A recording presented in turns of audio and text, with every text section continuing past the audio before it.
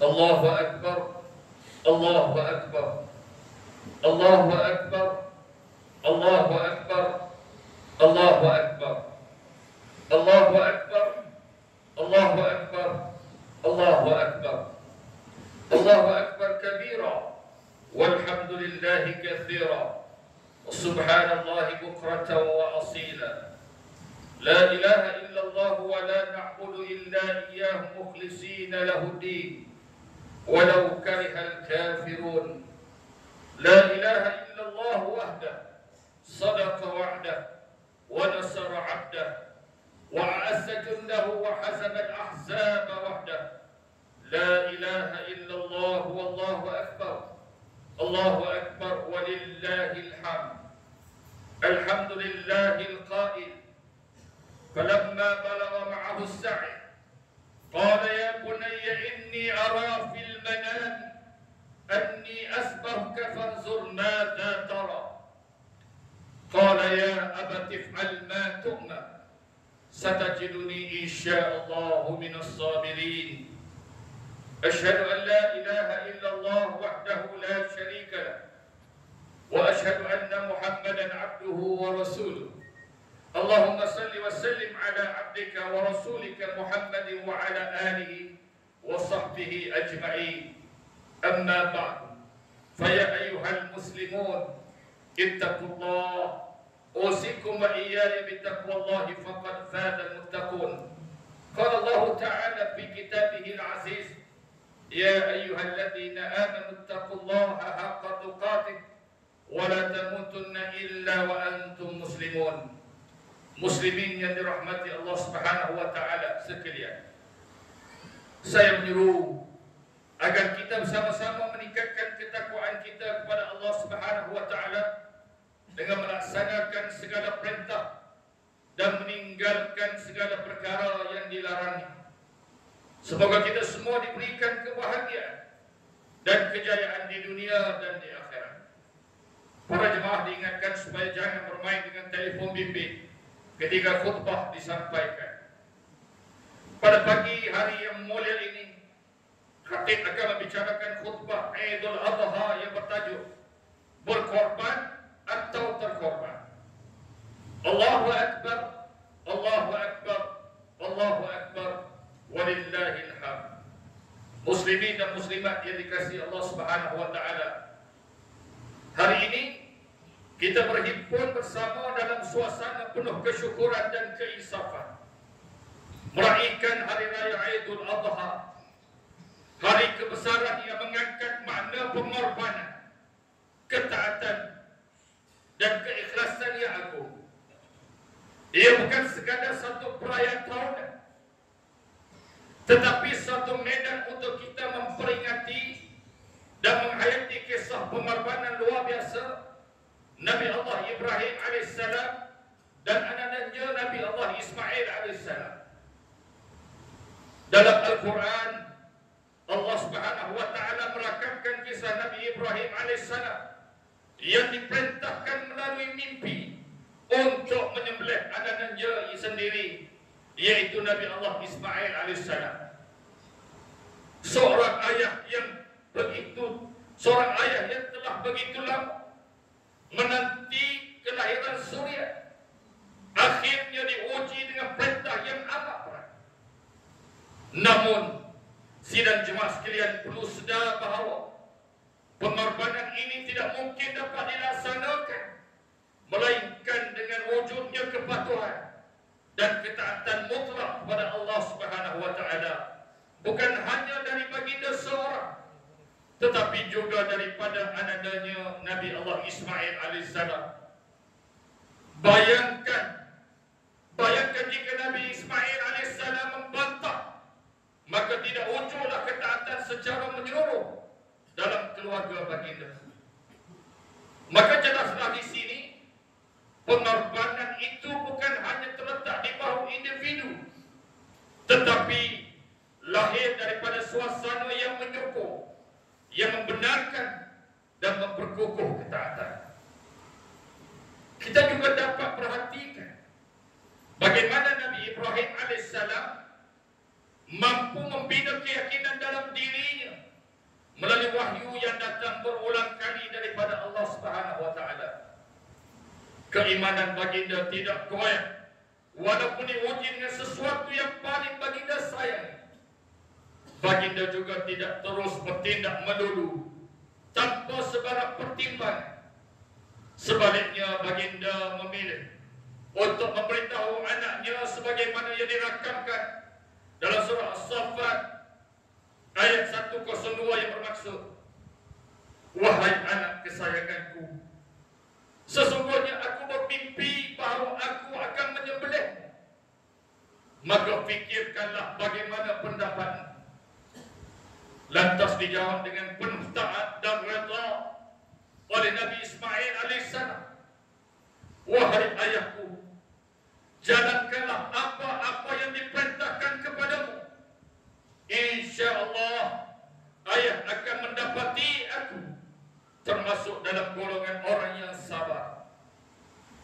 Demikianlah kemuncak ketaatan dan pengorbanan yang ditunjukkan oleh Nabi Ibrahim alaihissalam dan Nabi Ismail alaihissalam sehingga menjadi asas pensyariatan ibadah korban. Dan inilah juga natijah daripada persekitaran yang mendukung ketaatan, berlandaskan kefahaman agama yang sahih dan keyakinan teguh terhadap apa yang diperintahkan oleh Allah Subhanahu wa taala. Allahu akbar, Allahu akbar, Allahu akbar, walillahil hamd. Muslimin muslimat yang dimuliakan, kita seharusnya sedar dan insaf bahawa di sebalik maqasid ibadah korban itu bukan sekadar menyembelih haiwan semata.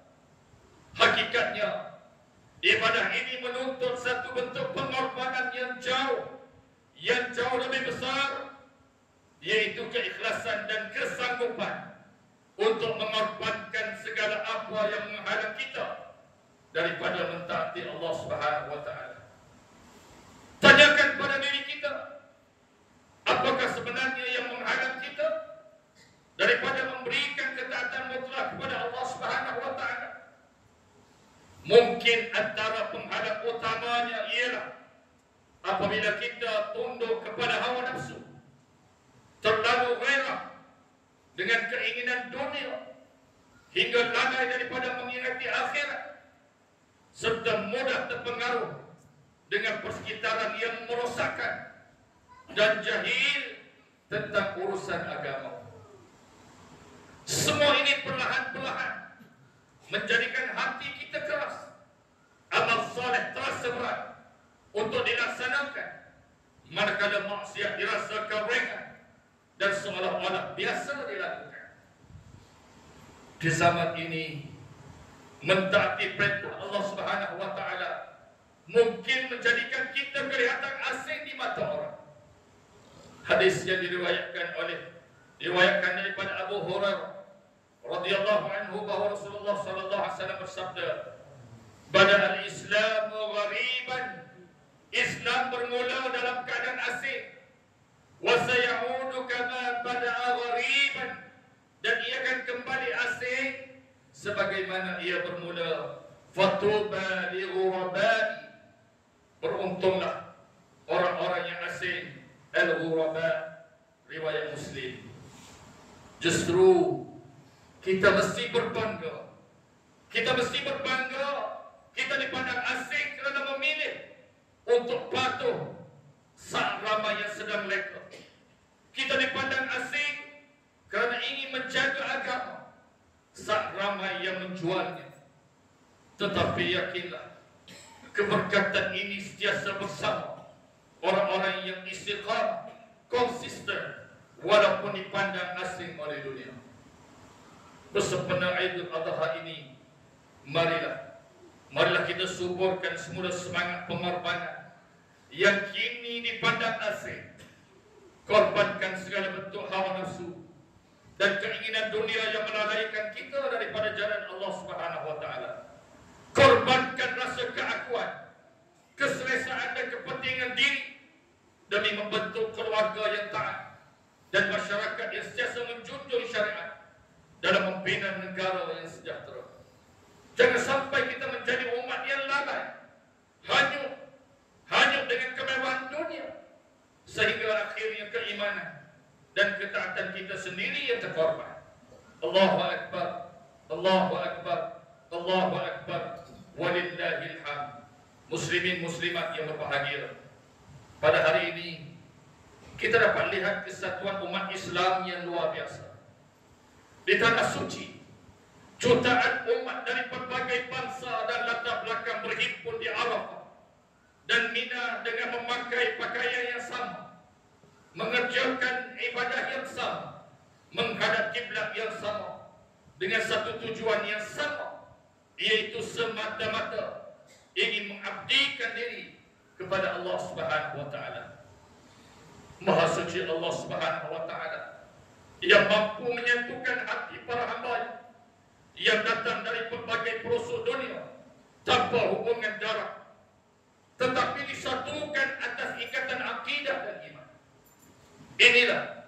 Inilah keunikan Islam yang tidak mampu ditanding oleh mana-mana agama dan ideologi di dunia ini. Firman Allah Subhanahu wa taala dalam surah Al-Anbiya ayat 92, A'udzu billahi minasyaitonir rajim. Inna hadhihi ummatukum ummatan wahidah wa ana rabbukum fa'budun. Sesungguhnya agama Tauhid ini ialah agama kamu semua, agama yang satu, dan aku ialah Tuhan kamu, maka sembahlah aku. Allah Subhanahu wa taala juga telah menjadikan kita umat terpilih lagi terbaik yang menjadi saksi ke atas umat manusia seluruhnya. Firman Allah Subhanahu wa taala dalam surah Al-Baqarah ayat 143 bermaksud, dan demikian pula yakni sebagaimana kami telah memimpin kamu ke jalan yang lurus, kami jadikan kamu wahai umat Muhammad umat yang adil dan terpilih, agar kamu menjadi saksi atas perbuatan manusia tentang yang benar dan yang salah, dan supaya Rasul yakni Muhammad akan menjadi saksi atas perbuatan kamu semua. Demikianlah sebagai umat terpilih lagi terbaik yang menjadi contoh teladan. Allah Subhanahu wa taala telah mendidik Rasulullah sallallahu alaihi wasallam dan para sahabat ridwanullahi alaihim ajma'in melakukan pengorbanan dengan menyerahkan seluruh jiwa, raga, masa, pemikiran dan harta demi menegakkan agama Allah Subhanahu wa taala.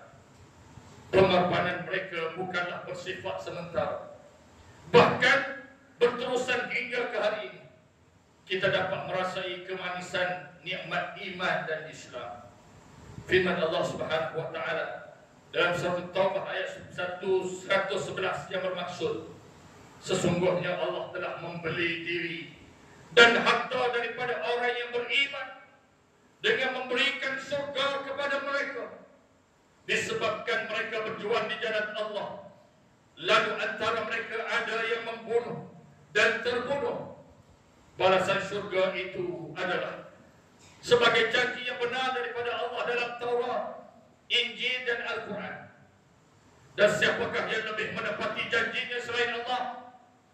Maka bergembiralah dengan jual beli yang telah kamu lakukan itu, dan ketahuilah bahawa jual beli yang seperti itu merupakan kemenangan yang besar. Ganjaran syurga inilah yang mendorong para sahabat berlumba-lumba melakukan pengorbanan. Mereka memahami bahawa setiap sesuatu yang dikorbankan di dunia ini adalah pelaburan besar menuju akhirat yang kekal. Lihatlah sebagaimana Sayyidina Abu Bakar As-Siddiq radhiyallahu anhu menyerahkan seluruh hartanya untuk perjuangan Islam, sehingga Rasulullah sallallahu alaihi wasallam bertanya kepada beliau, seperti mana dalam hadis yang diriwayatkan daripada Sayyidina Umar bin Khattab radhiyallahu anhu bahawa Rasulullah sallallahu alaihi wasallam bersabda yang bermaksud, wahai Abu Bakar, apakah yang kau tinggalkan untuk keluarga? Beliau menjawab, aku tinggalkan untuk mereka Allah dan Rasulnya. Riwayat Tirmizi. Begitu juga dengan Sayyidina Umar bin Khattab radhiyallahu anhu yang membahagikan hartanya kepada dua bahagian. Separuh untuk keluarga dan separuh lagi diserahkan demi perjuangan dakwah Islam. Semangat pengorbanan seperti inilah yang perlu sentiasa dipupuk dan disuburkan dari satu generasi ke generasi seterusnya. Kita mungkin tidak diminta untuk menyerahkan seluruh harta, tetapi kita dituntut untuk menyumbang sebaik mungkin dalam bentuk masa, tenaga, pemikiran dan keuangan demi mempertabatkan Islam. Allahu Akbar, Allahu Akbar, Allahu Akbar, walillahil hamd. Muslimin muslimat yang dikasihi Allah Subhanahu wa taala, mengakhiri khutbah pada pagi ini, marilah kita mengambil beberapa pengajaran untuk dijadikan panduan dalam kehidupan seharian kita, iaitu pertama, umat Islam hendaklah memahami, faham bahawa pengorbanan yang hakiki ialah ketaatan mutlak kepada perintah Allah Subhanahu wa taala tanpa syarat.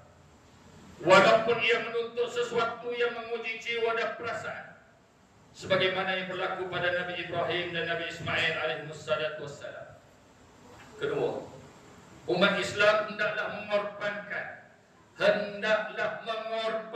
segala unsur yang menjauhkan diri daripada Allah sebelum ia menjadi sebab kecelakaan kita di dunia dan di akhirat.